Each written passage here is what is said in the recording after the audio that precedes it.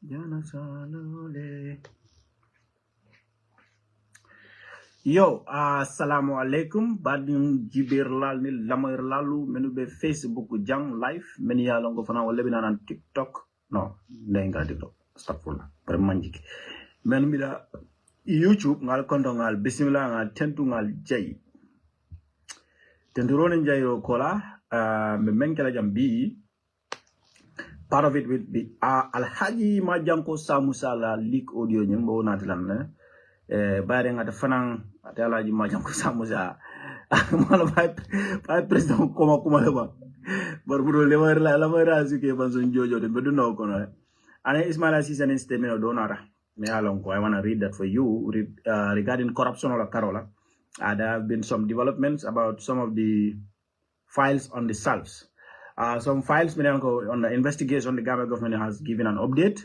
Mustafa Sawanenge Kontamba ke update dila wala karola mbe afala molie menebo kuma kan wo file lol mu file juma lelti anim fana Gambian ka dindo bi je me yalongo astaghfirullah wani ba kana ok jina kasama san kolam Gambian no lamuta pawo jine mbara so Gambian fana embassy membe is it embassy I don't know for na mol membe sabatering men data jing registration wala atenye ngabo banko kanje ya kula Gambian nga jakalo la fa wara bank de money because Casamas din dole lota ko these people have been issuing ID card di kam mol la men yalanga manke Gambia dingolti so inara kana o mari da ka sinde dula kilin ka forende kuma la I think is more or less never kidi na ko nye ya understand.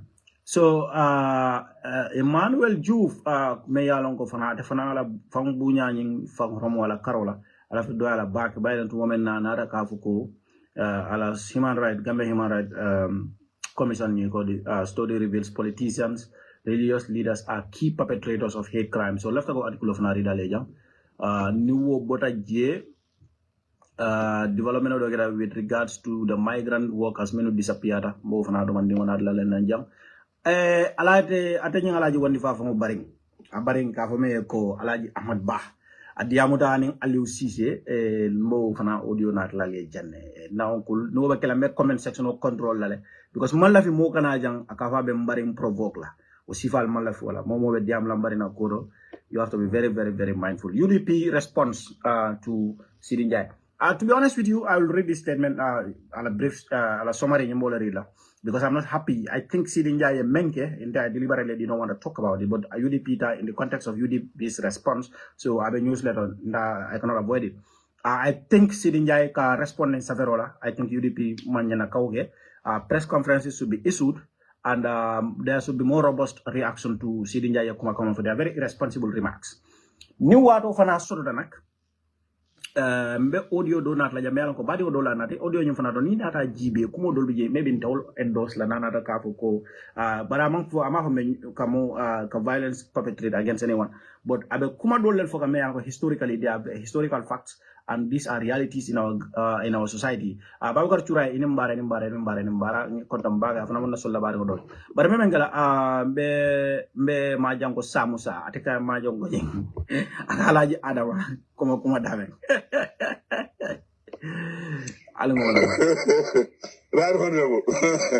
Raro ndebulu billahi lagina alanga duwa simani jare kendala amin man duwa ngaduwa simani wanna ila congress la ngamdiamuta I speak my mind ibuka sila ma fo dandanda ma fa ko man nasita la opso ko le I declare nan kai kana law next election 2026 kana law ila fati yo bula mol bula yo mo bondi yela respect soto for the rest of your life ka adam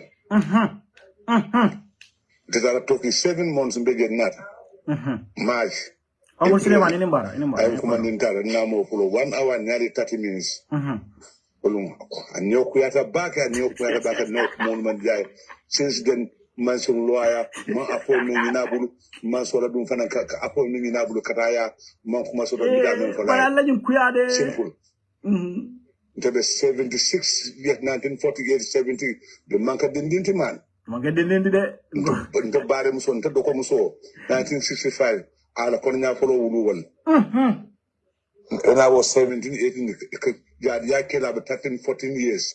14, 15 years. I mean, just for context here, Adama was born in 65. You can correct me if I'm wrong. I think he was born around 65. So, Majang Komanga Fulani, Majang Kaiden Kondoko Muso, Wala Kononya follow. I would 1965. Yalam Bading if UDP don't take Sidinjai to court, they will lose a lot of other their supporters. I don't think we will lose some of that, but you know, they will continue to call some of us rebels. But the logical thing to do with Sidinjai is to respond like in ways that he knows he has to feel the pulse. He has to feel that Komengo I meant for is irresponsible. Violence political is an atmosphere of civility, but now I come from many you know, and respond robustly. So UDP and you know, I'm saying this because there was this study in Gambia back in the 2000s that says that about 3% of Gambians will let a newspaper read. You understand? So if you read it is a release, more than a political party affiliated in tribalism, so these are some of the things that some of us members complain, but we are rebellious elements. We are not rebellious. Sidinjai data si Pierre Gomez la radio mo be ala in the greater Banjul area damandi ala ko banko la banko dimo jama be concentrate in damento ara si woda nying irresponsible kumol veje UDP ka saferoge ka release. I mean I would not have done that wala nanko ande ande kam I don't care si tombo sedi lam taka tok mande tombo if you need to see no la media to yes see jakarlo in media le press conference because Dabo is not in the country nalto ko kelano alu palaso nyin ala bula modo ya occupy. There are lots of people in UDP in Gambia, they will not be scared kasi media kenyatli media ka press conference of kumandi kasi dinja londa famola atamu jumaldi ka tonya fa there are historical facts Gambia me alonko sidinja dabe bularin jele andum abe jele in the negative light so momanya na sila kasi dinja ka kumandi atamu menti politiko make nyone modide politiko mtonya folti ko dino ya fanya mendo momo ibe damendo ni aka nyame si arjana soto no jele ni ma aka nyame si jahannama soto no jele ale jihado ke moli ale sidin jay ale tonya kuno burunta ko kan Gambia banko ka barka safero ke 3 to 5% of the population say maybe can over from 3 you can say 4 to 5%, but still now animal current people don't have a lot of time to read these articles, especially a lengthy one. Al si ale press conference okay ale sidin jay fact check ale tonya irandala ale apology demand ale itandala ko ale statement or retract ale itandala ko if he does not there will be consequences. Yeah. But he does not. But anyway, ngatambi do mandi. Alay ma jango samusa. Me ka siya bata president Adam Barrow aba hagilo bulani kan kula jande. 17 years in 1965. Marunga jam bas pour je contexte do mandi. 1948 70 do manka dindinti man. Nto bare muso nto doko muso 1965 ala konya follow wulu. Siya bata Adam atile. When I was 17 18 yeah, killed about 13, 14 years. 14, 15 years, yeah, that I was 17 years in 1965. Nanka didn't today. So, not Kujamal Dunia Kono. Tamida Kujamala Wula the Congress will have the speak my Bible from beginning to the end. Nantamembe Fulanafa, Maltal Drum, Mang Lafikafono, Kanamurna Fono, Kankata, but no one to Diamala la Gambi. Yo wala ñinde ko mal dala ko NPP barto mi no wala jele ale patio ñimbe tan patio ñing is on what they call CC kilo abelori welcome patio ñing abelori CC kilo le kam okay dina lañu congrès wa mo ñanta ñoo ko bu ñaalale the former National Assembly members new association alike other parties atolo ko ko kalta mo informal ta ko gal bitara kun kiliwaye albado mo la ba nothing na congress o ke 100,000 what is 100,000 it ka ko ali ko ali congress o ke le fabanda you have a balance of for 6 million in your account in a particular account isa kana into mengira dala mo nga nyon ni ko be ga be noma fo je victory win imon ka into la congress imam 500,000 dinner. Imam dinner for 400,000. What is that? 100,000 dollars. Nako that and love that be. And one any nako that will be getting a work. It's $8 million is what.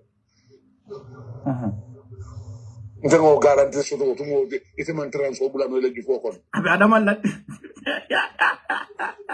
Abro la de.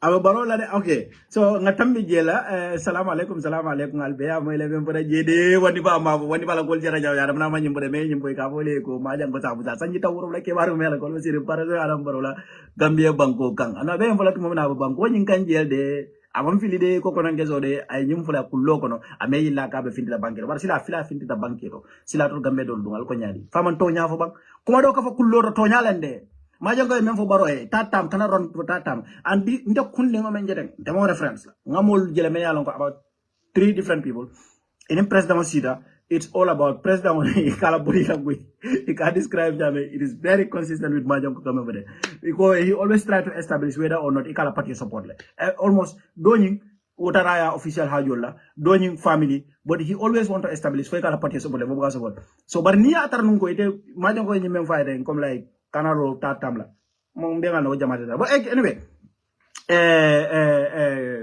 si faram fansila la plateforme do nyim plateforme do ndebuga la plateforme bari B52 samusa Sekou Dramé do nga fa B52 samusa da hawala so QTV le nyam post ñu sama ko the Gambia's information minister Dr. Ismaila Ceesay has confirmed that the corruption investigations involving the Independent Electoral Commission IEC and the Banjul City Council's Ostende project has been completed and are now awaiting legal advice from the Attorney General's chambers. Paragraph 2, he says, speaking on West Coast Radio on Coffee Time, of course, the tribal Nyamatonye, Dr. Ismaila Ceesay addressed public concerns over delayed response to high-profile audit reports. He revealed that the IEC probe uncovered irregularities, including the deposit of public funds into personal accounts, while the BCC's Ostende project was also scrutinized. Both cases are pending legal review. Dr. Ismaila Ceesay also provided updates on government institutions. At the Social Development Fund, the finance director and the fund manager has been indicted and placed on administrative leave. Meanwhile, 2 employees of the Gambia National Water and Electricity Company, NAWEC, were dismissed following internal investigations, and the managing director of the Gambia Public Printing Corporation has been placed on administrative leave for several months. The minister emphasized that the government is committed to transparency and accountability, noting that the investigations and the administrative actions have been taken, and it is now up to the courts to determine the outcomes. Misleading. Last paragraph but is deliberate. It's misleading. The minister emphasized that the government is committed to transparency and accountability, noting that the investigations and administrative actions have been taken, and now it is up to the courts to determine. No. The people that are on administrative leave, court man fen decide wala court fen decide la court. Nga même fo ye même fo wala ñu ko yena avec la mo leol dismiss le, but two other people yo wala fa men ko they are what being prosecuted, indicted. At least I'll be prosecuted. Okay, but how about the people many wala files have been transferred to the AG chambers? Alkana mon neneja. Badin ol many ko badin kamoy lalu. Iko president Adam Barrow na masakunda be corruption bari ko ku kala jele ko audit report many ko pharmacy da barka ko kala many ko ining bulma kala mulunda. Ñu bul bulma kala kolu ko ye wolel dolta ye samba update kera woldo ko bi ku fula wala banta wol kono problem fula be wol kono me yalon ko bakar fula ko lel investigation of banta benkera 1 IEC tati 2 iko Banjul Ostende project but ala statement ñu la banda ka medan wala ko atra pour kidi bon non Banjul Ostende and the IEC have all been referred to the SG chambers and SG chambers ngalo ko nek je nata je file sol ka fili jel nata je sometimes file sol they are not acted upon, so they are referring a case to the AG chambers for legal advice and indicting a suspect for a full-blown trial are completely different things. These are distinct. Iman killing.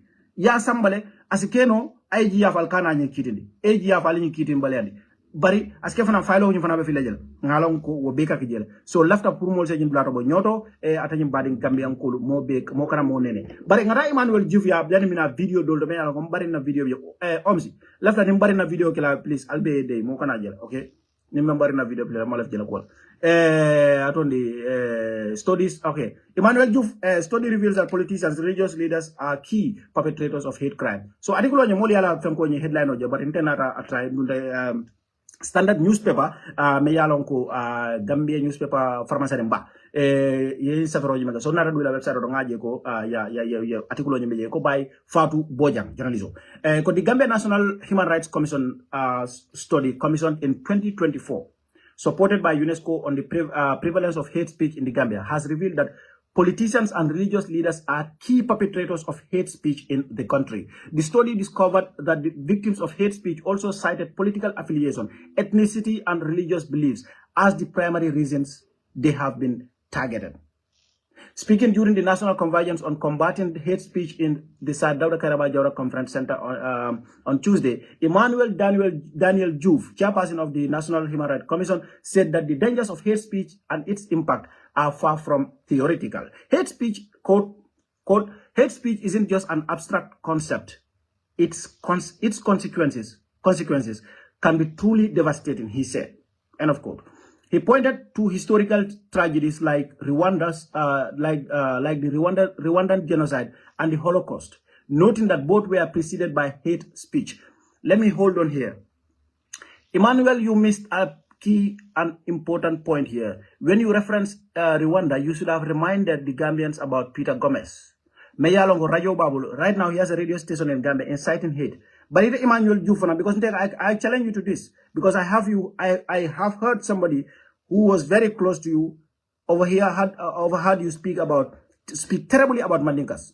Specifically, I'm gonna say this, and I know what I'm saying. You ita from tribal bigorol, ita Emmanuel Juf. You will never condemn Peter Gomez. Itagal. Alining konante ala fayjana. Ala bondal sondo mokono. Ala bondal sondo mokono.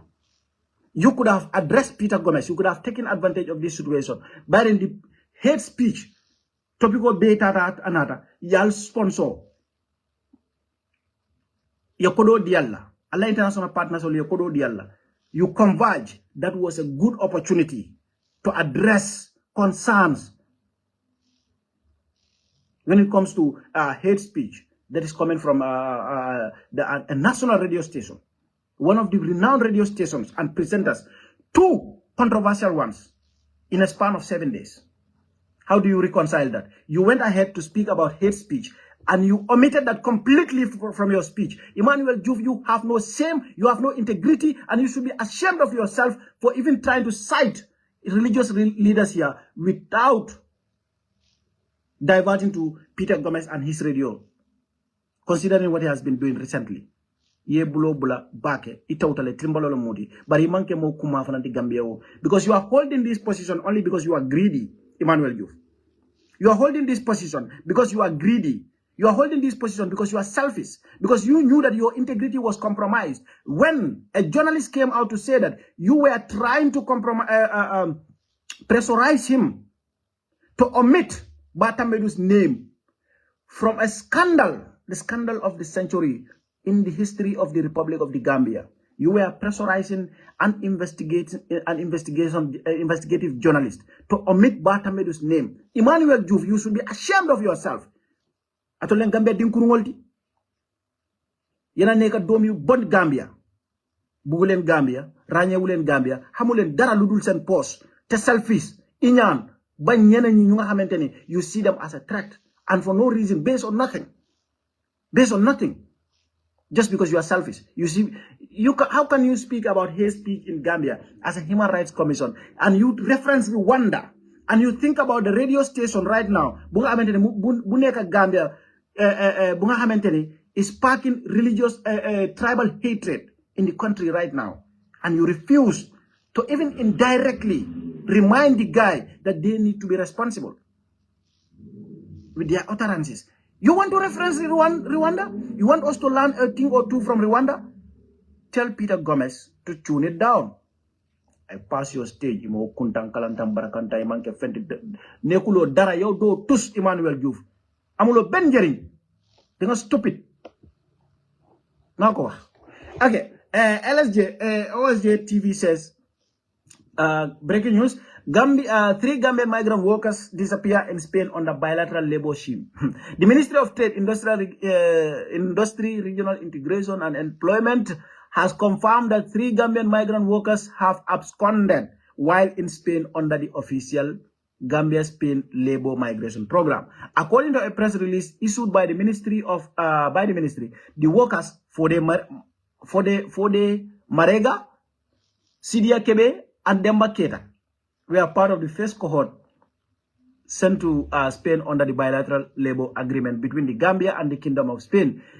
The company AF Afrucat, through the Spanish embassy in Dakar, reported their disappearance on the 27th of July 2025.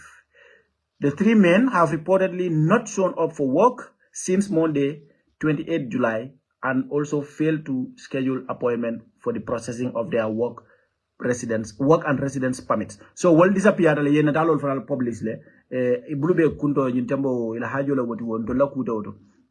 Bari tol tata le ko fengeda. So UDP la step no nyi misala somare ni read wrong sila ngana atanye video ngol nyinto me video do membe ko mbare na video. Assalamu alaikum. Eco tribalism row, UDP fires back at NPP. The United Democratic Party has issued a categorical rejection of remarks by Deputy Speaker Sidi Njai, describing them as dangerous, divisive, and intended to sow discord among Gambians. Njai has accused the UDP of tribalism, blocking the 2020 draft constitution and intimidating non-Mandinka voters. But the party called those claims a fabrication of immense proportions. In a statement, the United Democratic Party described itself as the most diverse and inclusive political party in the Gambia and accused the NPP of engaging in false, tribalistic and divisive politics on the draft constitution. The party said it lacked the numbers to pass the bill after 8 of its members were expelled for siding with President Adama Barrow. It is false, quote, "It is false to claim that UDP had an absolute majority," the statement said. The UDP also condemned suggestions that a UDP government would expel ethnic minorities from the Gambia, calling such claims dangerous tribalist lies. It concluded, "Let us follow on building a country where all Gambians, Mandinka, Fula, Jola, Sarakule, Aku, Wolof, and others can live and thrive in peace and dignity." So I don't click on the link to read the news for you further. Thank you for doing that to the Fatu Network for that. Brilliant. Gambian all over. Family fella pose let the count start. So what you know anyway, I also want to believe Mojama. So remember, I will come to my uncle's video. Okay, video. So let's go to Gabon, Elepon. So let's go to Gabon. I think the video is very self-explanatory. Once I play, but just to give you a little bit of context, Gambian call embassy, immigration visa they have been trying to they have been issuing national ID card to foreigners. So but but ngalongo is very, very abnormal and it's very suspicious. The circumstances are very suspicious. I am afraid his rights have been violated significantly. I don't care about it. I don't know interview funding. I hope Alia understand Balkan Sal Wulu Nole and Malbalian ku Kotango Itakele Fulula Lemanian Koke what the Modola Ulula because that's a fact. You manget the name. So I'll go audio alone. Video. Voilà, c'est un moment pour que ID card de dans la panialo, tellement comme manque de cognac. Voilà, t'as dit camion d'amandela. Comment faut-elle, mais comment on se trouve? À man se le tellement comme là de mancher encore. Comment se le fait, man se ça. N'a pour les comment qu'elle fait, à manque de cognac. Voilà, Alessandro Onyama, pour gagner la tête d'animé, quand ID card de mal de bouton ou internet. Kalama, la feye ngala, ito madam. Ndemu Casamance, Casamance mundu mo. Casamance mo Casamance marsa. Yo, yamata de ito Guinée Bissau du jël Gambia ko. Harimo Kilimanda, ndena ko me amanso Est-ce que Guinée ko le Gambia ko so de Gabon. Gambia Guinée man harimo Kilimanda. Sa mo ne ndu fa ko mo be ka ni ko mo la Gabon sa ko de men alon ko amanso. Nga ko mo ko to me, nga ko mo ko me to nyante sama. Okay, you know what? I'm sorry, I cannot listen to this. Is hard to listen to. Alia kuma sa kalam ta dronko abole nyama ye marabalia ni luwanta ya ye waltili nyin kebala ka muta ka sindi ka fay ko yemem fa manke tonyadi bari ngalon ko telephone lem moti me alon ko femfo I'm sorry video ni mo 3 minutes but I cannot listen to that. I don't I feel different about it. I don't think this is right and I hope that the guy sues the heck out of all these idiots many alon ko wolle be ñu manya si baga sa ko ñen ken mo me amira ta amira ko ku ken do ki ka wata mo stupid ngol ma mo kuntam barakantam kalantam wala ma amanke mo kalama fa anyway mo se ñu fa fulon le ki fa fulon sindi ka fay ko fo ngamen ko amanke tonyadi politiko dama kama ikal kana mo fe hana etun ka loyalty nya anya dara kiti boldo ala charge ala report je police wala wala jibe nyanda kam nek barata ko tal ka sinde bum I hope I report je authority ya kali ya kidnap and I hope that the Gambia government will take a step. This is very unacceptable kamota ka sinde them under duress because this is duress. This guy is amandra fansawo. They were literally dictating to him what he has to say. Anyway minambari na ko Umar ala tulo mo do man could do more. The official opposition I'm talking about. I'm not talking about those who are out of the system, who are not registered parties, who just wake up and form themselves in parties and calling themselves parties. I'm not talking about those people. I'm talking about the official registered political parties in this country, and particularly those that are in parliament, in the National Assembly, who should focus on every aspect of government and to make sure that everything that happens in government at every level of government, they succeed in micromanaging the affairs of the government. You know how you do that? Let me help you. And this is where our democracy is really weakening. As an opposition member, you must make sure that when the president is taking a decision, when the minister is taking a decision, when the permanent secretary is taking a decision, when directors, deputy permanent, senior government officials are taking a decision, they will take into account what would be the reaction of the opposition into what I am doing. Yeah. Okay, so may I number you not just for context. I can remember that you may not agree with Uncle, but what he's trying to say here is, let me just say something about Uncle Lakraka, what I think about Uncle. He sometimes he has the best political ideas. Trust me, hands down, Gambia. He has the best political ideas. But when it comes to implementation, you got to watch on Gambia. Uncle la scandal of Paris. But I have a very good idea like that. An ideal let's stop foreigners, from owning properties in certain part of the Gambia. And I think those are all good ideas. But I can remember from opposition, good idea. But I believe opposition, but I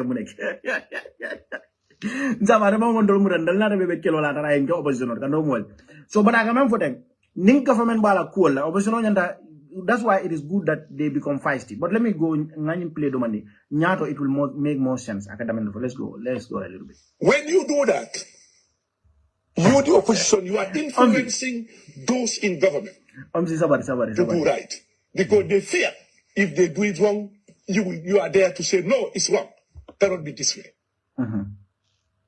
But if the opposition fail to influence policies and decision-making processes in a system of democracy, it's a failed opposition. I'm telling you. It's a failed opposition. Yes, that is a failure. But you must know. Excuse me, let me go. Final point. Yeah. As an opposition, you must make sure whatever they do, they think about your reaction. If they think about your reaction, they will always calculate how to do it better. Okay, yala ngola na kumo iko diamo from athlete. Ateka men for the Musa interpret no anyhow. And you know how I want to interpret this. Wala ñu ko alubudu keso lo parliament. Alubudu keso ala lo parliament. Ni masa kuna nila batara yala nata. Alula liya ita nila kontake budina, ndakela bi, ndakela sama, ndakela sinending. Our protected right of freedom of speech. Mbole na nga exercise jang. Momo nafiko di nina jang yekumani nafiko la. Momo ulo di nina jang yekumani ulola. Momo mu kabango di yekumani kabango la jang. Exercise your rights. Ibaji la ko sama niba police dadale la office nori ngol kono. Haramu si diye nyawo nya. Air conditioner se fe nyawo nya. They will think about the crazy opposition that are in the parliament. And I support that. Opposition of Fatia Kokano. Maybe model is excuse nobody, especially if you are in parliament. Go al dimba malaje. Yeah, there's a reason. There's a reason. Henry Mendy, please, my uncle, be careful. I don't want. You cannot just say anything about my uncle. You cannot just say he's a problem. What a problem? What problem he did? There's a reason. If you go to parliament, model can you buntang kurfenyola. We have seen that here. Parliamentarian or tabulo jump to hit one another. Can you jump kurfenyola? There's a reason. But our opposition, they are very calm. This is my point. These people, when they make their decisions, and Ahmad Ba is an insider. He knows when they are making policies, they don't care about the opposition. So what I know, criticism Benjamin, Hanim opposition some day in that talal. Munati Ahmad Ba Benyum Fola. Astino alone control oppositional man fenti. Member parliament, na elected representative for member parliament. Alone ko, iman fenti. Wala tina. So I think we need to take some positive criticism, even though I'm not going to come and diamolam at lemonsa interpret no. Al parliament ala during the kanje rip. Al kaitan dila ko at a kebud mbala ko be interrupt la deadline on miss la janne dimbal lala le jang nan ni nakar bilol nara jang sunyar bilol ninda parliament president la ndawalo calculator lumina ko kemen talu Bilda wala wulu benta admit kampa mal. Because me menkele bafla nyinya madam. President wala ndawolo 150,000 a day. Wala approve ta. Wulu benta admit kampa mal. Ibafla ko midala mental state le check. Ata ke budina. Wala ke budina ubanko ka wala kala. Barnya yo be kita. Wul baka fufa. President wasang akan na millions leta akata banko tola. Wul monka 5 million de la bari jana ra 10 million. 10 million budget atata sango bandai 20 spend. Amurta nang Akakawala nyamano. He used to go near 5 budget. Akatala ala meet the people don't call a fire. Akatala political propaganda gamenda. Niko go and spend 5 million. Akataka 10 less spend. President wala kanyang Gambia Bangkoka. O President Kilunka jo 500,000 Gambian dollars. O President Kilunka jo alandawalo every day 150,000. Mental meles. Duka rengi dan Omar kanang okay kanang jusoma. So if you have people like that, Sisla boy enko. I konya ko weekend on memo ika fanya memo I konya la weekend on ko weekend. Yes, I promise to send you something Mark then, but I will send you inshallah. My message entire talron, but I will record it and send it to you. So ajal. Ajana ke ko nyama go opposition wa ikake kanolti. President Aramboro 150,000 Atlanta dimbal dama. For fatba baro damal ka dajun kaya ala dimbali. Ital how many families are in Gambia who are struggling. Kemen talu ni wala fama wala dabalot a day. Ibga sotono. President 150,000. Parliament yo pass. Kaire ti nyanga yela. Bilda wala wuluntala lam fansaw. Wuluntala bo bla. Ngo al kanol pepe. Al pepe ki National Assembly. Ngo wala falete. Al pepe ki je. Bring combolem for all the places. Nale more responsible lengol ki je. And you can aggressiveness man nanya na do mo kufan lengol damma. Model bije kamda. The aggressiveness in them. Come if you push them to the limit. If they see the necessity. Even though they can be very, very aggressive. If need be. Okay, sister, no problem. We cannot. President will tell you. President meet the people sola. Abarika ko ha mbakala sinyafula. From 1 time I 2 times. Over the 5 million the president prior annually. Going on a political abamol batandika. Almolo. Sango sang kolori president. Science and anti-formal abejela because being president I think you can ask your National Assembly member. VR Jamano Boldo. President wala bid the people store budget. At least a minimum of 3 times for what reason? And a minimum of 2-3 times aka name men allocate aka double. Who are these people? Oppositional alkar diamu. Onkul la diamu nafa la understand ko. Onkul kan memfo. Alata as a genuine criticism out of oppositional. Alkana foko. Ahmad Ba la nyinti comme Gomez kanyi mendi kanyi siba mpore Albert na onkul criticize the case. Onkul kan tonya fo. Aka tonya la fo. Be feisty. Oppositional manya na sona wala. Have you been right? You were a key architect of the coalition 2016, which actually fought against what you described at the time as self-perpetuating by the then president. Now election is coming up 2026. Are you supporting President Barrow's bid for a third term? Yes, I am. Why? I believe in it. Who am I speaking to? Is it the same Ahmad Ba? Billah la aliwa no aliwa no ngulfe abakelo Ada mo la ko mari. Ahmad Ba you speaking to, yes. Tell me why. Why? You were the man who was advocating for term limits. Exactly. You said Jallow overstayed. Alila mo. Who am I speaking to? Is it the same Hundam Muhammad? Yes, I am. Why? I believe in it. Perpetuating by the then president. Now election is coming up 2026. Are you supporting President Barro's bid for a third term? Yes, I am. Why? I believe in it. Who am I speaking to? Is it the same Hundam Muhammad The Ba? same Ahmad Ba you speaking to, yes. Tell me why. Why? You were the man who was advocating for term limits. Exactly. You said Jallow overstayed. Yes, What has excuse me. changed? Excuse me. It's good to ask me that question. You see, governance, democracy, government generally, what we expect from them is results. Right or wrong? People expect results. Okay. We expect results. Alila mo, alila na ungkula dia mo ka Japan yola ya sai. Ya pin. Aliwa no aliwa na kuro gel di bara kuya na ba. Ungkul ko na ni damendo. Saka dia mo jibe ka Japan yola. Ya na chora la ka dia mo wir. Biri nyung kuara. Ungkula dia mo sa ka time da.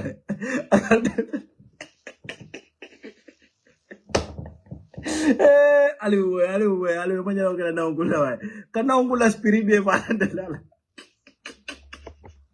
Look at the track record of Adama Barrow. Are you listening to me? Adama Barrow came into power when we have virtually empty treasuries. Our treasury was virtually empty. Everything was in shambles. That would have taken any other person 3-4 years to rebuild. Within 1 year, This is called you know that this category on which it fall on. Sorry, only buka read back. But this kind of argument, come like substance level. Like as a matter of principle, why? What I saying? Because your principle before was Iman Lafi Tatam Kola. Say what I saying. But the response, the logical response should be, I am supporting this based on this principle. It should be principle because the issue is all premised on what principles? Democratic principles. But Ahmad Bala answer is now he's going into default setting. Adunia mo jadrong, question he's going back to a default argument. Igalongo ya damage because now he's going back to Minajan treasury, what more fendejang. So this is clear understand. Anybody who knows anything about argument, Yalango Ahmad Bala, you question on the coalition government was in a move to start moving. In 2 years, 3 years, we started our infrastructural development. And today, the amount of roads we built in this last 8 years was not built in 50 years. The amount of electricity distribution in this country, what we did, was not done in 50 years. The amount of health facilities we created and other related health services was not done in 50 years. The amount of schools and schools infrastructure and other related services we brought in and created and built was not in this country for the last 50 years. What we did in 7 years, 8 years was more than what was did in 50 years in all these areas. And let me tell you, democracy development is not only about infrastructure. When you're developing country, you have to develop in all aspects. People must feel that they have the freedom, the liberty. They enjoy the dividends of democracy by having their freedom, their liberty to exercise their rights. And today, Gambians are exercising their right free. They're exercising it at liberty without fear of being persecuted. But that's a fundamental right. I'm coming. The fundamental right has always been here. Was it enjoyed? No. It was not enjoyed. Even though it was here. I will tell you, today, Gambians are living in an atmosphere of peace. And they are understanding their rights. They are exercising their rights. Okay, nyambanda jane no amal bala video nya banda jane. So ala baraka bage meni ala ko wolle programme nyim follow. Obviously my programme nya I think I have still one audio left. Well, let me see because time is very important. I have to check how long I've been here before I go ahead because next audio member is 14 minutes audio, so I'm going to see. Okay, 39 minutes. Okay, I still have time. Time to play a 14 minutes audio. So 14 minutes audio do be jang ko ngam faale rom audio nga disclaimer kale the part that maybe about fitnola kola mo recommend ado mo endorse fana. So bari na bodola aka kumo me fighting the historical fact aka be fokat dia mo nyikola. They are important and necessary promote being la moy.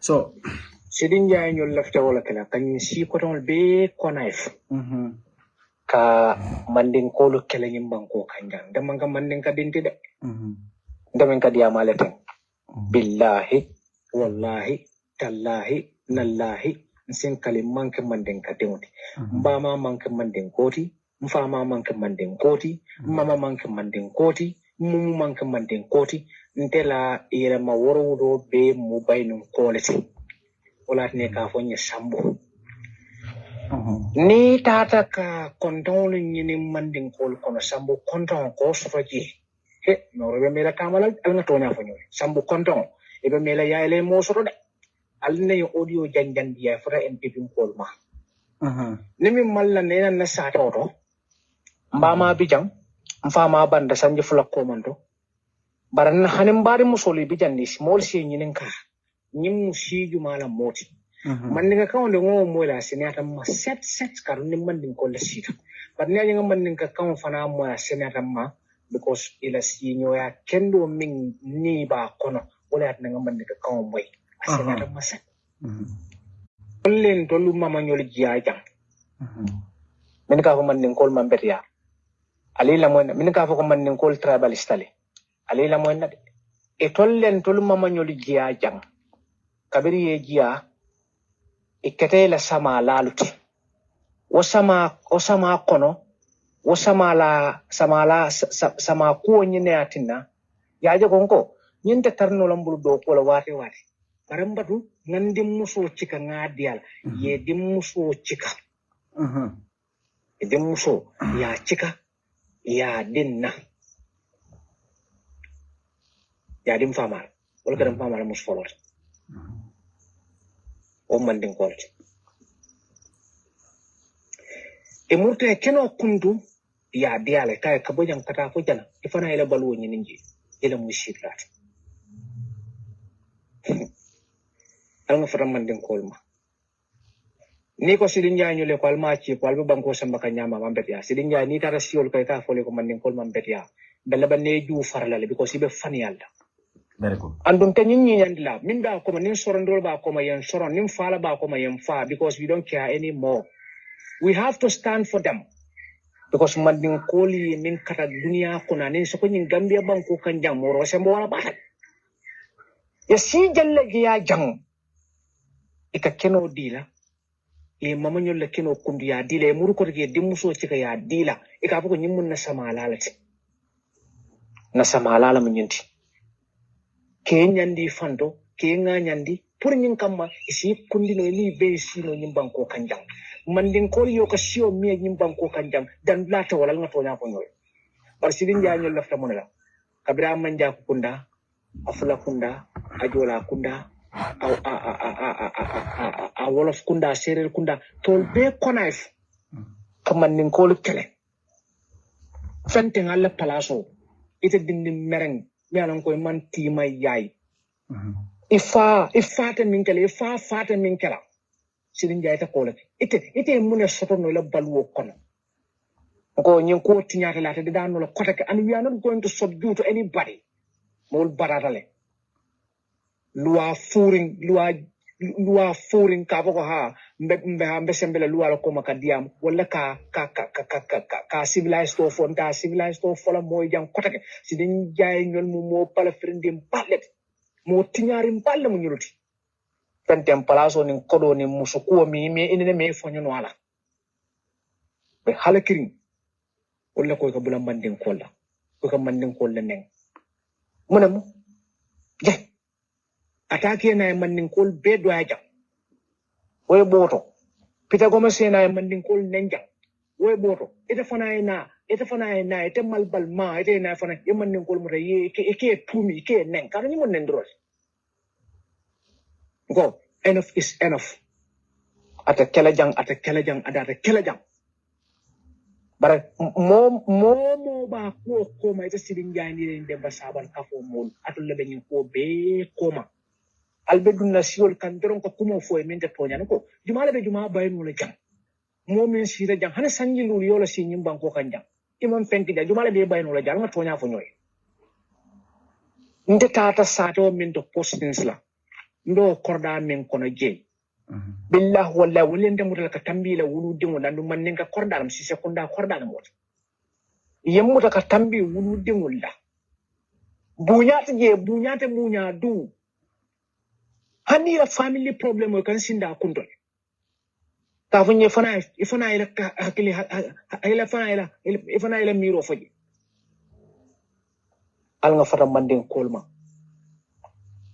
UDP kete against ni minna wala mu political of fanati inene manna ye against because of emotion wala wala mu fudurat inene mo fo mo nyimbanko kanja bal binna fikiarin tromo you are going beyond adul yamira fo ara tal tenker na fo ala tal la hajo tinyala bangatul fadul yamira albe dam albe lawol tama sidin nyaay lumbe sila mbebe lola janne be nyum kumol talal be 50 na ko wal malem de siman jargina habbe fo wallahi mbe lola ko taken kany 50 ko ku jartale pour aller si ko ko le jartan tol ye sinya wili mo pour ka je ko apple kana tara ni sembo ning a jarta gambia be fa wata gambia be le ba fala bara jarta ni le pour nin kam atol kana tara ni place ko kotake ning a jarta ni afrika be le mala bara atol tar la ni place ko because ko ku bije is enough alla bal firmuna la tinyaro warta back alla kuriya mbo warta back atul dike mira fenna banku do qualité miral dulal bije man courant so dulal bije man jio so silol be tinyari soko ñun duma silol ñun bu ko mano traffic congestion de banna jang mo la balu man soniano balu be koleare atul dike mira wala albo solfla no ñaadi par lungolum politikolum ite ba mol attaque le dron ibe bulere mol no suta tili min ta keri ba la mol la dron bar billah wala ni UDP ko le tiye me samba kiti yola billah wala talla inte mbem fonyola billah wala itle ko dimina awara batale ite mu hasidi balik sabari ko billah wala talla firawon la jamanu anin namurud la jamanu it nite ko ite wala record of on break because wala ko kanyinke wala nena manyinke atul mu mune mo sifati atul ka balu munela mo nena mun balu min atul ye mune soto mo nena man min soto atul keno to monete monene man keno minti ite mune fon lo la balu ko ite ya karanta min ya fahamu so to min ya kempo so to min sidin jama angale kan fon moy ya senia so to min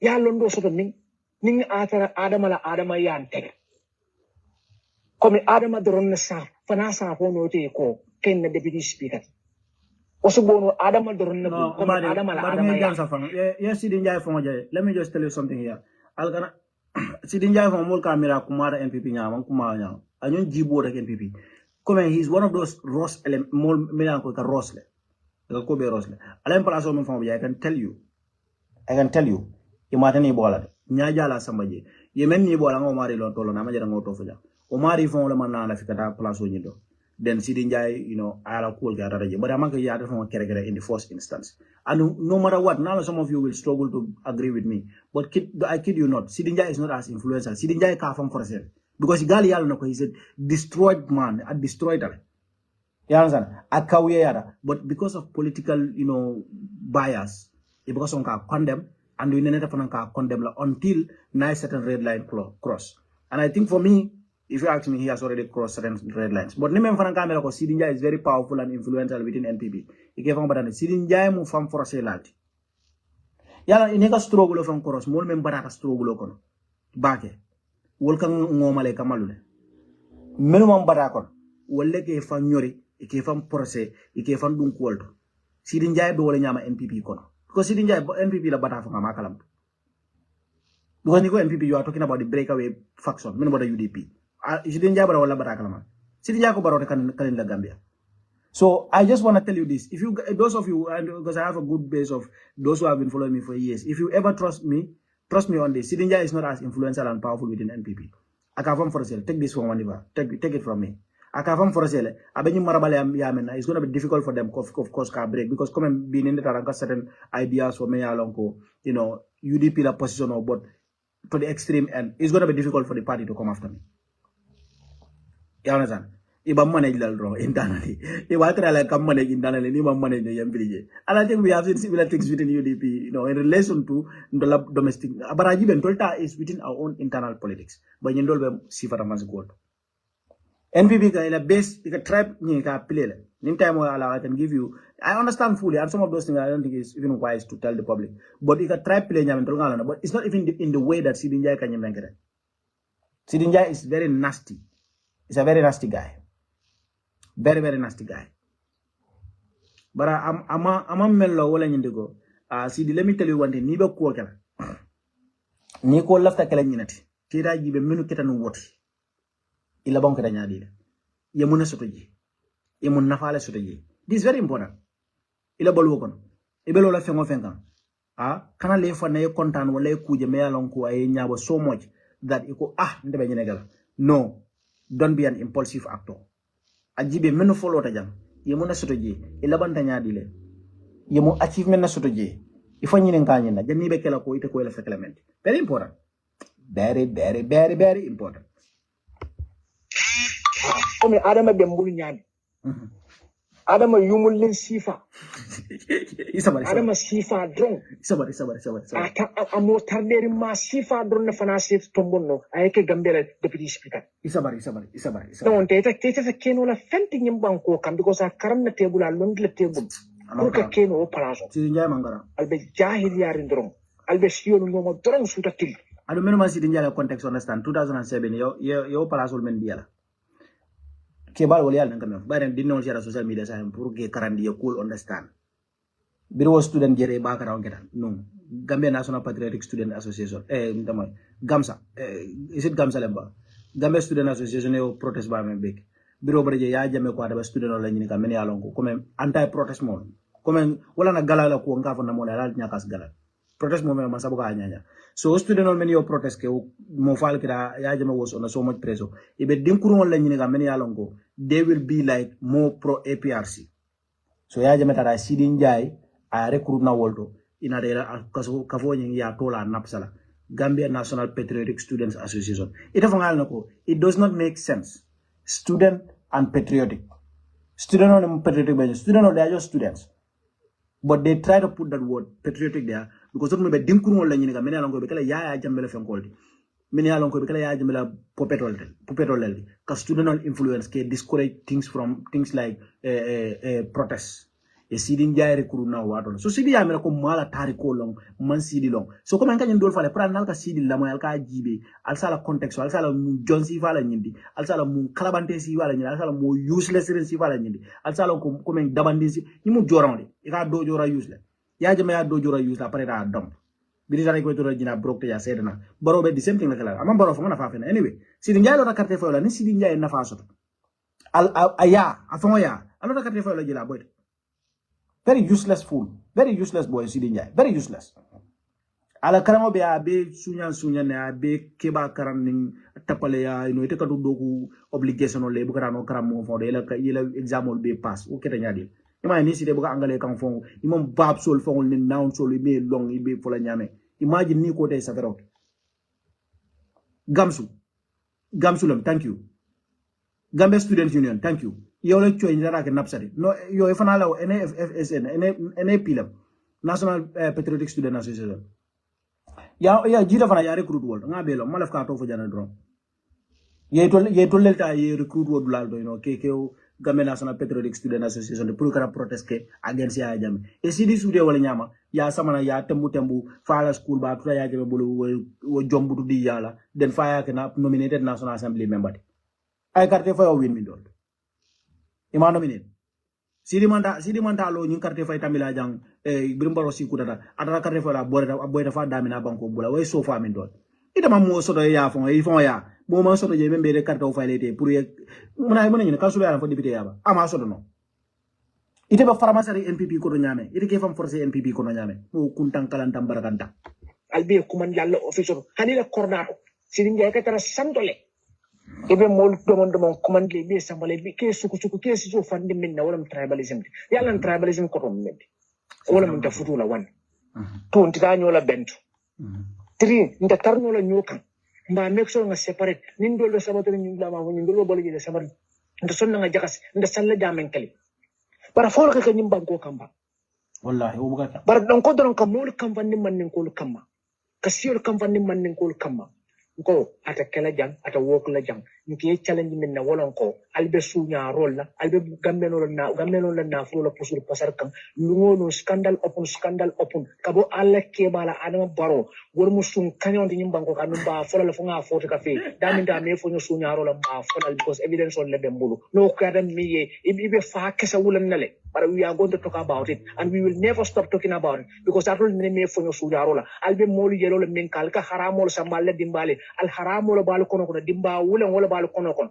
al kabalu jahannama dimbal dan we are going to talk about it because mol la juro le bal ka mol la namol kolek al kabalu wala al ko do state house lungoli kabalu wala so mol la fonto tarle bu ya ko mol te account la wala we want accountability and transparency we will never stop asking you about our money ni la fole be jila palaso ni ko palaso ni ite tante ifa tante mo ko dem fa tante nyimbango kan mo ti jam min sa ko del fata mo nyim palaso mandela pour mo kil na nyanta silaje wala na palaso ya nya ton kya ameda nyaw nya ni sa me bondiki wato be bon lajje wallahi ni mo tonyati bar ni be challenge ko palaso le fana ben challenge lo palaso ni ko sunyaro ka fint na afu mo le man sunyaro yela evidence lo bon na evidence lo bon bara katan ina fiki dimma ida na fiki film ijahil ma ifal dimma ikata siolo kan ka ko ha bawo ndema deputy speaker de nyaron ko mon de nyaron ko do nadi amra mol kala ko momoy e badu na siolo kan suta tili be ko mol fole mi yalan ko man ka tonya di fo hanon ko ne la teme kam min ko aman ka tonya ti gammi stano nyato nyadi le bankol tambita nyina le say bankol bu ka nyinke bankol ke mi la ko na tundo du bala ni jadi bala bi bara dam ye fonyo do ina Bradul Quartal Nyanda Trapio Loconodron, Mokorendo Manyanala. Sila, what is the essence of those that are learning? In nila degree, nila certificate, nila masters. Full Manana Palazzo Sot Limbang Wakamba. Kabri Yajam Jamano, Minister Kilung, Minibo, or Palazzo, or Minister Kilung, or Yolo Mundi Palazzo. For Gambia, Minica Karang University, can give you full Monsula Palazzo. It's a Fulakunda, Mia, full Minialango, Fulakundaro, when the full Minialango, Yambango, the Karankan, Carilo Command in Gormala Full. Bargaran ko fulo min yalan ko yege fula kendol wol sofa do la kendol min yalan ko yege wol yalan ko dim mandin ko dental wala ne konton fon be clear siolo sabu anim badi yanin ka fuya momo ke to supporta anyinen ka bang namo ken do lay ni mo ni de pour être part administrateur place do fofoba lumbina sila billah wallahi hanni mol min ka bule no be la file bo nyim place do ni almamboji mota danko na mota kafulal ma pour kay albonni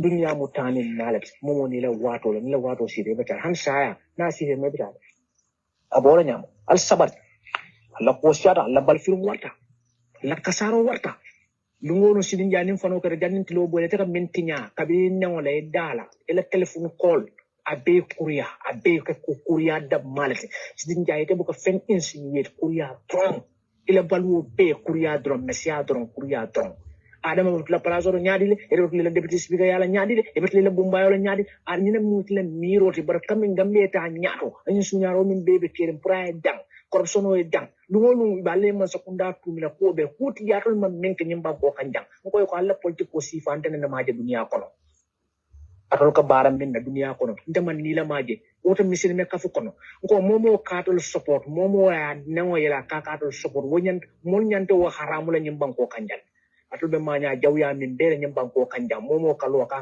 ro support le billahi wallahi liman sakunda falinda nyante wo mari haram la nyambang ko kanja I'm telling you because it is a mot hadmadi ya ke kende ala support hadmadi ya ke beti ala support hadmadi ya ke nyaro ta ala support hadmadi ya ke tonya ala support ina na ale hadmadi unda because dunia fonda ra tonya ala kam tonya la ke bata mol bet ikita nyawnya nyama iba palaso regardless of whatever position you are tonya la ke ba to nya bula lol no ni ko mole bula ni ko mole kan yang ko daw man fendi mol bara min ka jo wala ka muru mol ka yang ko ja hana kon de ko tax jo wili keme saban sajo I mean $300,000 is majo la because ngalon ka murlan kat na dimbal be sama sot lagi nda be sama sot lagi wes ko sun kol be sama sot lagi ntol be la firin nyina la banko kan o ko la mansu la fen na ita ka fen fo si ko ton le ka ko man ngol mala ba ye wulu kesse ndela ngafo ita jo wulu ka ba ta kere ka man ngol la ka ga si ko ton ataki ke tretin de fo si ko ton man bo nyim banko la kanya be banko la kanya bara ku kilin albe min no wala ta kala nyim banko kanya ko mo man ka gambe de wote carte o fayla jam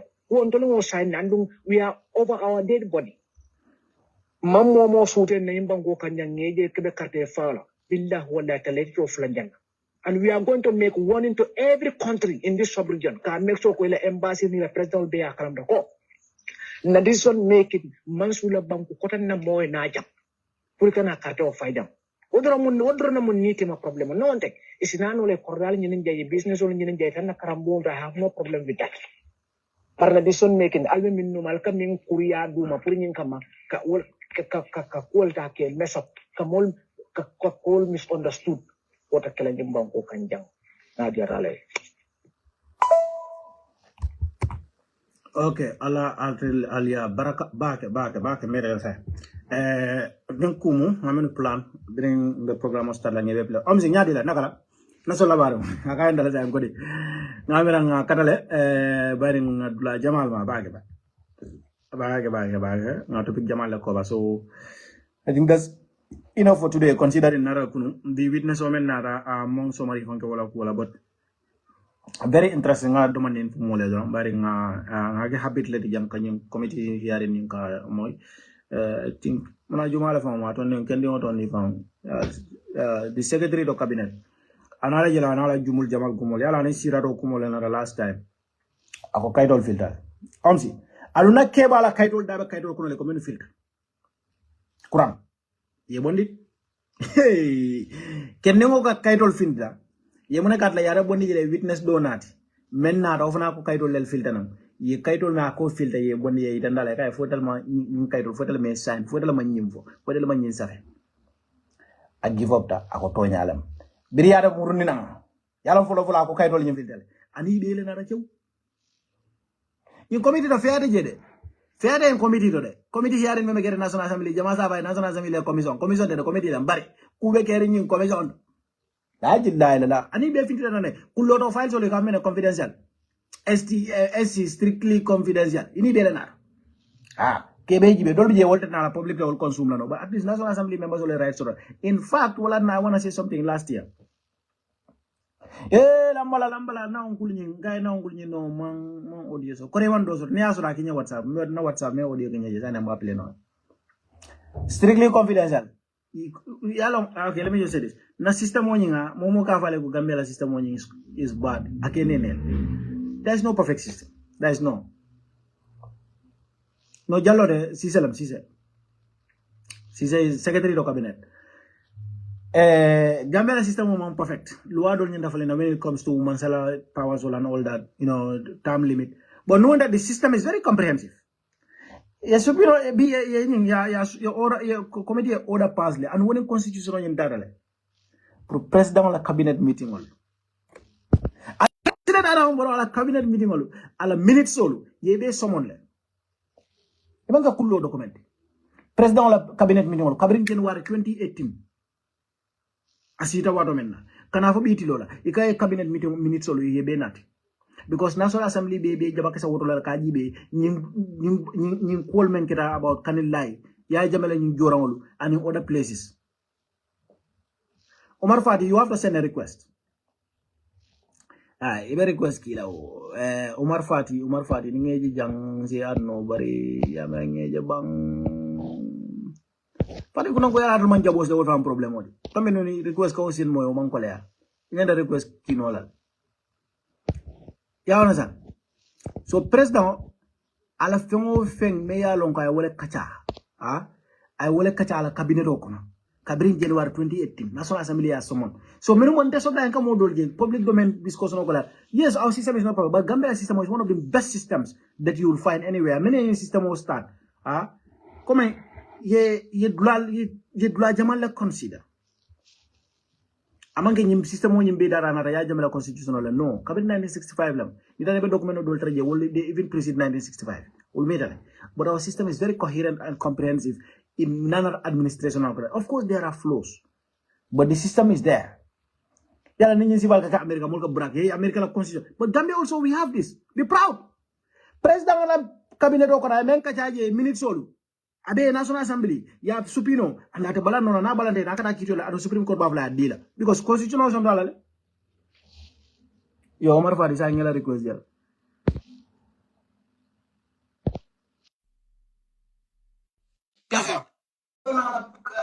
ala cabinet membe discourse kabri 19 hoya ho ye nyando di national assembly la ka defo ko ka fo president ko ila nyi minute soli be samana ado ko kulol bije hano do da be nyata na national assembly so na system o be jele ken dol len manki right place solto ma lafto ila Facebook apo close mo na ngeri jagle because I made a load la manda approve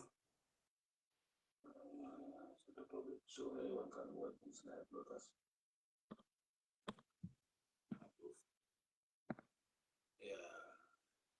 ibe drop la nana msa ele ba mutaka as I complete this analysis system winning is good in a way.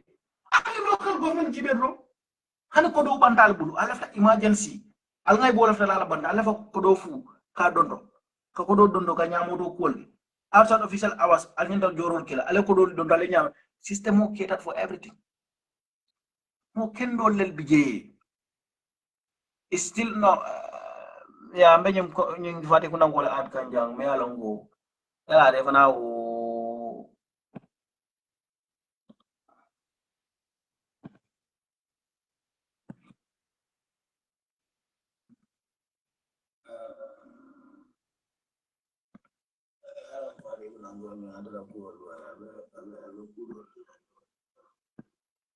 ibe mega uma ibe dunale ibe apo ibe jidebe apo close la ni yayi la ku ni yaw ke that way ibe refresh la Facebook bolo nyana balande ka apo close la ibe apo close la mangi bola jel do ibe ni close ibe de la file soldo me ila active app tab sol ibe da Facebook close dene yayi la ko ay load ku kay yele ina na live to is it president ikara kulol anala cabinet ni be ka jale la minute sol ga be nat imagine that our system allows for that le banku dole sa yo ñu la démocratie fengi dal Gambia fa la démocratie fengi dal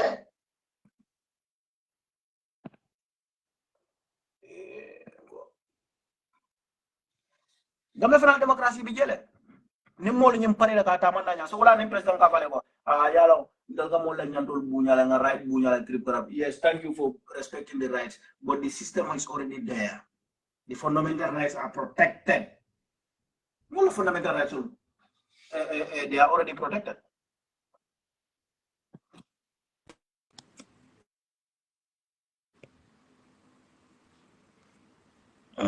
so we do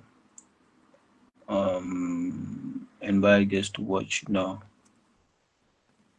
Yeah, ilanyeng kubela mobile auto kubela mobile auto amandu no fati kundanko ngekata nyawnya medu nino. So this is it. Our system is not that bad. It's not perfect and it still needs changes. Especially now time limit like they, you know, Ahmad Bada Malabadi time limit. I mean, we need to have time limit, but we need to have a time limit. If you don't have a time limit, the system is still incomplete. So Omar, instead of ETFM, just keep watching. I invite you. Don't send a request. Let me just invite you.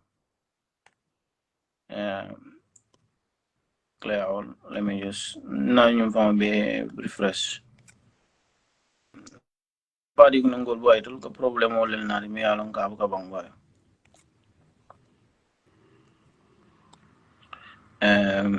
Oh my model bijanne betangonding so will invite no anyhow anytime. But it among thank you know. So yeah, I think that is that.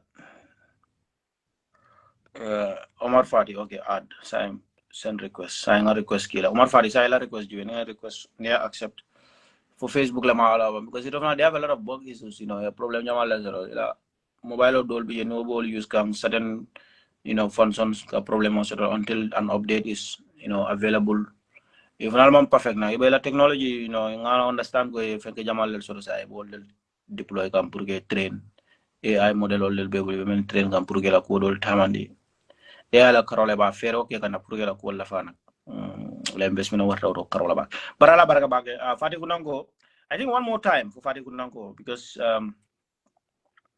let me try one more time. You will refresh. I hope you also refresh yours and see if I can invite you. Umar Fati. Yes, send request. Family Kafumolu. Yeah, Amara the work no like after just decline the live invitation and it collaborate for an invitation. Okay, so I'm a work no. Nga tuwa nyama o nga tuwa nyama o ala baraka bage kal tentu kal jayi bala fana de jayi ba bare om signol dolol bi yana kabiratu om si ba nga next live na nga nyendo ga TikTok la do bilay for some reason app woni nga je jam fala ñu warol ko no video fo men namen ke kunu I think I needed to post it there but ma post je boy ni ala baraka bage okay aba fukan adin let me try nga bulay load fiber na mama but nga longo nga settings do lel fanal ke jane meduna so maybe that has an impact and maybe I also had some network issues man evaluate because my live like ngajem from 40 to 5 viewers then after sell that so I know that has to do with network but I didn't check that more investigate for third party label be from network wala njam fa live ba ma understand which is very very unusual from my experience never jaw that wrong kula ka sabu but I'll go yeah, I have a live on your mother.